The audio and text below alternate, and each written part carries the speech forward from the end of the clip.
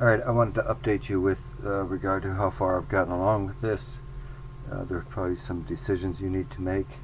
I built as much of the house as we needed to for the earlier plan with the garage conversion, and then built the terrain according to the county website, these purple lines here.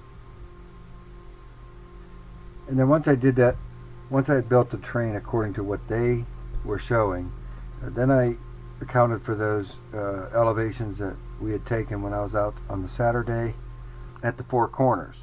This blue one is that southwest corner, and then the red are the two front corners of this, and the yellow is that rear corner. From that southwest corner to the northeast corner, it falls about 11 inches. 6 going from this rear corner here to here, and about 6 from here to here.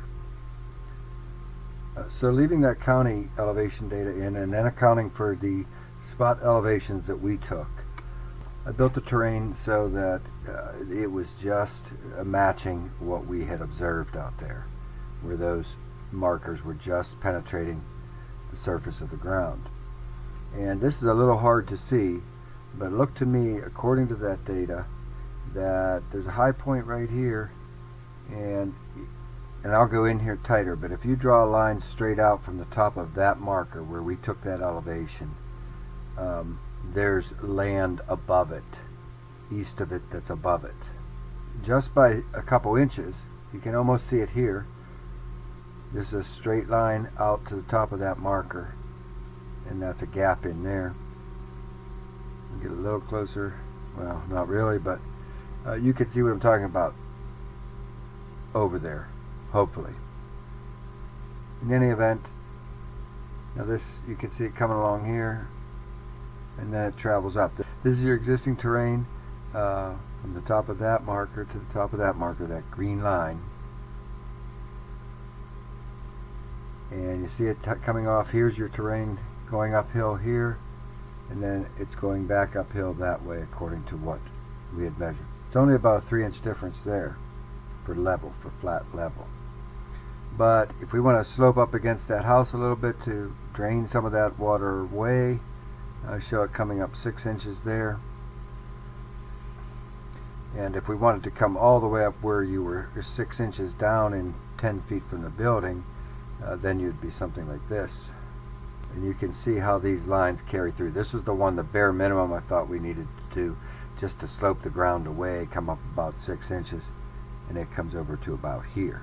But we'll get further into this here. So here are those markers. You can barely see them. 1 and 2, your existing terrain. Come down.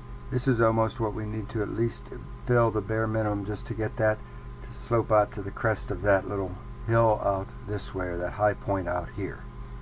That's the bare minimum in blue. So I made a big slab of that in that shape and put it here and stretch it around. But if we want to come up and get even more of a slope, then I've got this red one where we're coming up 14 inches from the top of that marker, and you can see how that spreads around. Now remember, the surface of this is level, and you can see it's a little high here anyway, so we can't come that high in any event because of the land out here.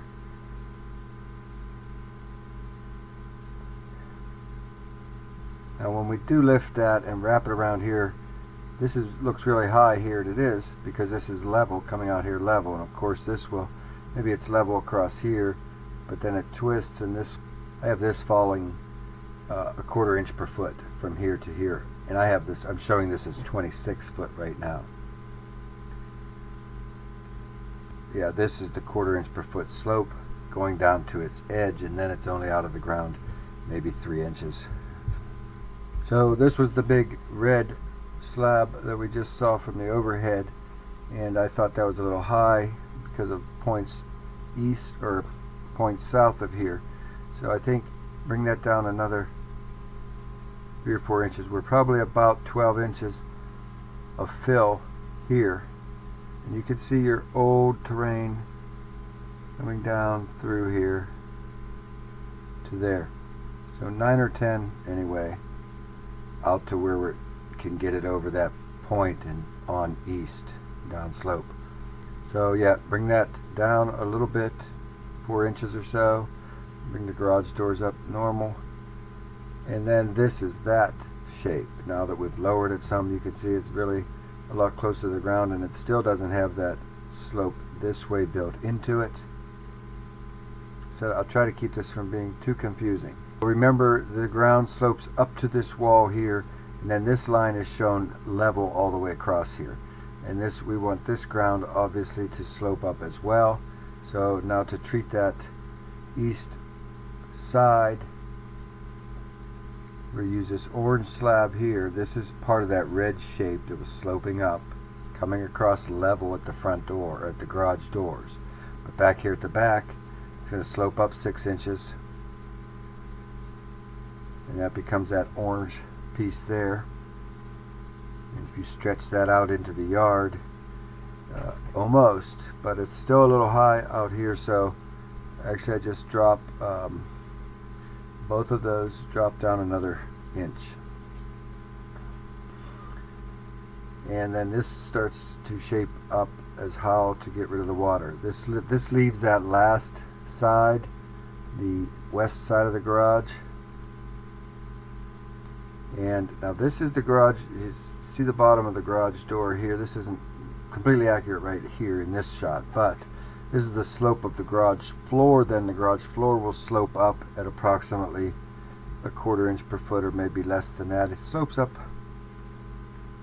picks up about 6 inches in height across here. This is the orange slope coming up on the east side of the building, so we have to come this high on this side, and then we have to meet this red piece down here. Like that. These are these old, see these, this is that old elevation that we took out there. So there's your existing terrain, and the fill then is everything in hatched above that line. At this end, that's the fill. We make a slab for that and just stretch it out, and then we pretty much have what we need in terms of the terrain. You can see where the fill happens back here, and that's about 6 inches or so down through here. Becomes closer to 9 here. It's probably about 6 back here, and then feathered out.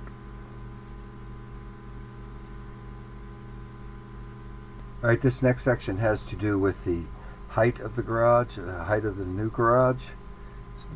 Thus far I've just shown it with its eaves aligned with these ones, as if like in the past you were going to join this as a structure here. That's what I'm showing right now. So here is the we're going to look at these section views. Now if we did this like that, this is what we end up with, 18'1" at the outside, which probably would require a variance, and I'll get to that in a minute as well. But sliding this section forward then through the garage, I'll show you 3 or 4 different permutations of this. Remember that the terrain outside is, because we need to have this about 6 to 8 inches out of the ground up at that right here. That determines the top of that foundation wall there. Now notice there's 16 inches of foundation wall coming out of the ground there. We'll get to that. So these are, you can build the walls on top of those foundation walls, build the wood walls on top of it. This was going for that perfect alignment with your house. That would require custom, and we'll just call this, that would require custom height. 10'6" 3/8" is what it's going to be, something like that, to align those eaves, which you would have to buy 12-foot 2x4s, I guess, to do that, if that were the what we were going for. Additionally, it's going to require, it will require, if that's the case, it almost surely is going to require height variance. They have the accessory structures. You can't exceed the height of the primary structure, or 15 feet, whichever is greater. And our primary structure, your house, is about 16'1" to the peak from adjacent grade. So right here we're a couple feet over that. And we're not going to be able to pick that up, I don't even think, by lowering this roof pitch to a 312.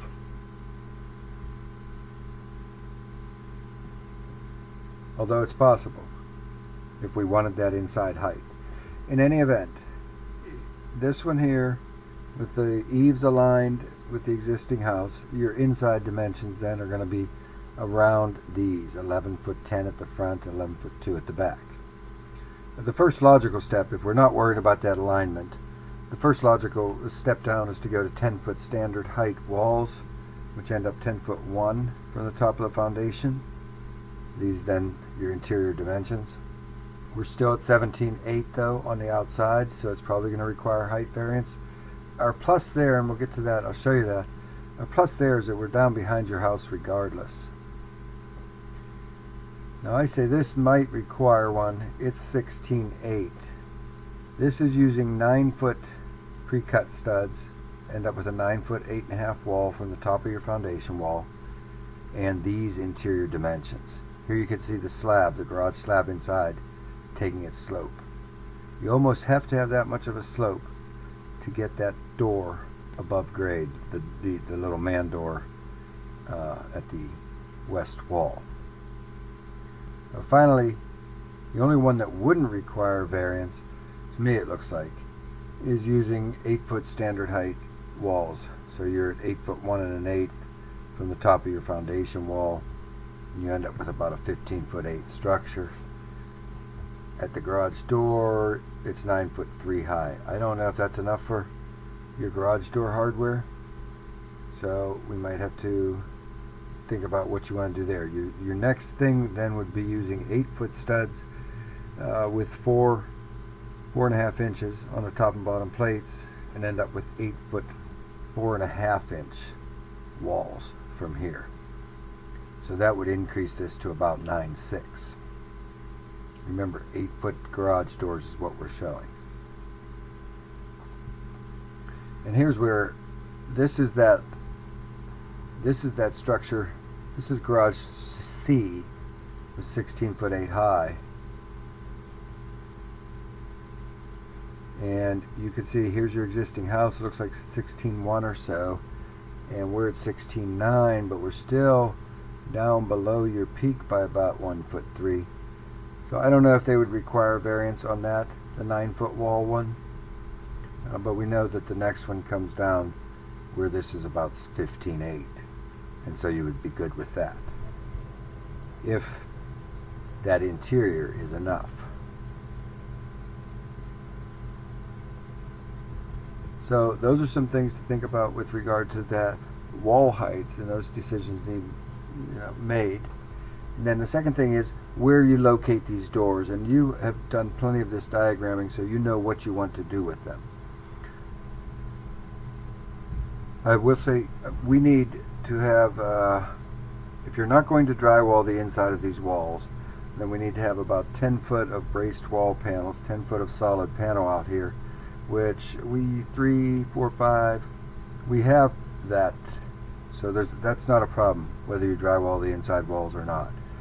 I will say though that if this section or this section is less than 4 feet, it requires a little bit of special foundation work where you have to use 5/8 rods down here and some big washers at the bottom. It's not a big deal, but it's just a little more foundation work, because the alternative is you leave 4 foot of foundation wall here and 4 feet of foundation wall there, and you have very little left for shop here. But you need to call out these dimensions. I would try to maintain that at least at 2 feet. But that's another call you have to make. If you know what these garage doors are going to look like, I can put that in there certainly. It's just another thing to let me know about. Now just a few more things to cover on this. Remember the siding, this wall had to be that high at that rear corner. That doesn't mean that that can't step down here at the front. It had to be that high back here so that it is out of the ground 6 to 8 inches. 6 inches is the bare minimum with siding. If it's brick, I think it's 4, but it's 6 inches is bare minimum to siding. And so I'm showing you stepping that wall in all those pre-cut things, you would have to buy specials for out here. Simply because there's so much rock or so much cinder block showing out here, 16 inches of cinder block, which, I don't know, if you're going to parge it, it's probably fine. But I just wanted to run through that, and this shows it stepped down then. We go from there to there where it's stepped down at the front. And finally, this is the final landscaping, this is the final terrain build then, and what happens with everything when we bring this up like this. And that's a little sidewalk heading down. Not entirely sure about this interface here, whether this little stairs comes up. It's only about, it's not even 4 or 5 inches up, it's just how it interfaces with that driveway on its way down. Will have to be figured out. That little slope back here though, that little, from here up to your house, that is about 16 inches or about 18 inches. It's very close to a wheelchair ramp. This is a wheelchair ramp, slope 112 pitch. So this is actually motorized wheelchair ramp acceptable as far as that goes. Or you build some stairs down to it. Come down that 18 inches. And that was the final, that was how the final terrain looked. This was what it was before, and you really can't tell. Here, this line here just moves back some. This line doesn't move at all because this is all infilled with a slope down over that. But you could see that one moved down to here. This one doesn't even move either, not appreciably. Finally, I guess just to see if there were any low spots or if I was missing something somewhere. This is a flat slab of concrete as if it were the water table, and this is it coming up in 1 foot increments like this, and you can see that's where that all comes out, is at this lowest corner of this. I mean, maybe it's taken out here,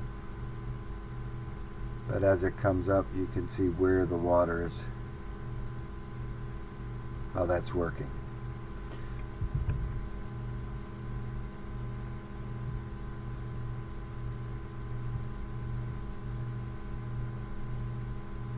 And I think that's about it.